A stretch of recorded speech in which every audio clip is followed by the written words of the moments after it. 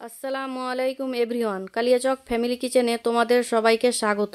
আজকে আমি তোমাদের সঙ্গে শেয়ার করব নান রুটির রেসিপি। ভিডিওটা স্কিপ না করে লাস্ট অবধি দেখার জন্য অনুরোধ রইল। এই নান রুটির রেসিপিটা তোমরা খুব সহজেই বানাতে পারবে। এই নান রুটিটা একবার হলেও ট্রাই করবে, বাচ্চাদের খুব পছন্দ হবে। এই রেসিপিটা তোমরা ছোলার তরকারির সঙ্গে বা পনিরের তরকারির সঙ্গে পরিবেশন করতে পারো। তার জন্য আমি প্রথমে ময়দা মেখে নেব। একটা বড় পাত্রে নিয়ে নেব 2 বাটি ময়দা। এবার দিয়ে দেব 1 চামচ লবণ, 1 চামচ চিনির গুঁড়ো, 1 চামচ বেকিং সোডা, 1 চামচ ইস্ট আর সামান্য আজওয়াইন দিয়ে সবগুলো ভালোভাবে মিশিয়ে নেব। ভালোভাবে মেশানো হয়ে গেলে 1 কাপ টক দই দিয়ে সেটাকেও ভালোভাবে মিশিয়ে নেব।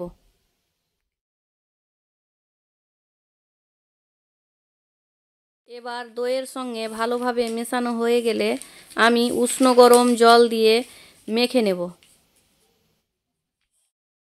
এখানে ময়দাটা আমি অল্প অল্প জল দিয়ে মেখে নেব, যাতে বেশি নরমও না হয় আবার বেশি শক্তও না হয়।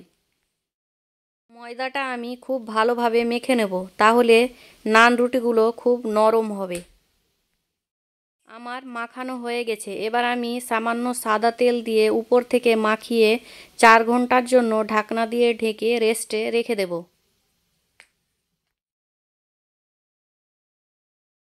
4 ঘন্টা পরে দেখো মেখে রাখা আমার ময়দাটা কত সুন্দর সেট হয়ে গেছে। এবার আমি হাত দিয়ে আবারও ভালোভাবে মেখে নেব। এখন আমি সমানভাবে সবগুলো লেচি কেটে নেব।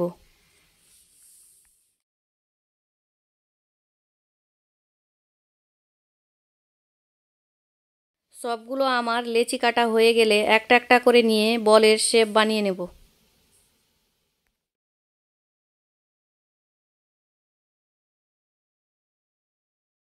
সবগুলো বলের শেপ দেওয়া হয়ে গেলে একটা বেলনাতে সামান্য তেল মাখিয়ে একটা লেচি দিয়ে বেলে নেব। এখানে আমি গোল করে বেলেছি, তোমরা চাইলে লম্বা করে বেলে মাঝ বরাবর কেটে নিতে পারো। আবারও আমি একটা লেচি নিয়ে তোমাদেরকে বেলে দেখিয়ে দিলাম। আমার সবগুলো বেলা হয়ে গেলে আমি একটা বড় থালাতে রেখে দেব।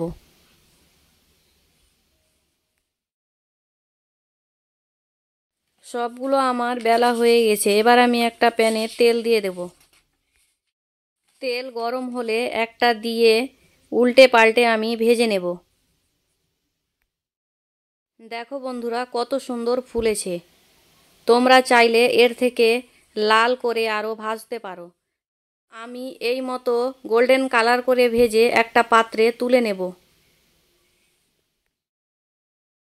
আবারও আমি একটা দিয়ে উল্টে পাল্টে লাল করে ভেজে তুলে নেব।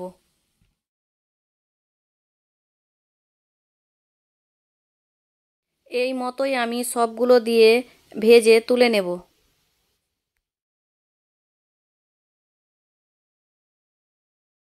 আর বন্ধুরা, আমার এই রেসিপিটা কেমন লাগলো কমেন্ট করে বলতে কিন্তু ভুলবে না। বন্ধুরা, তোমাদের সঙ্গে কথা বলতে বলতে আমার কিন্তু সবগুলো ভাজা হয়ে গেল।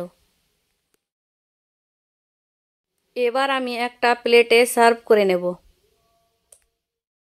আশা করি এই রেসিপিটা তোমাদের ভালো লেগেছে। ভালো লেগে থাকলে লাইক কমেন্ট শেয়ার করবে আর আমার চ্যানেলে নতুন হয়ে থাকলে আমার চ্যানেলটা সাবস্ক্রাইব করবে। আল্লাহ হাফিজ।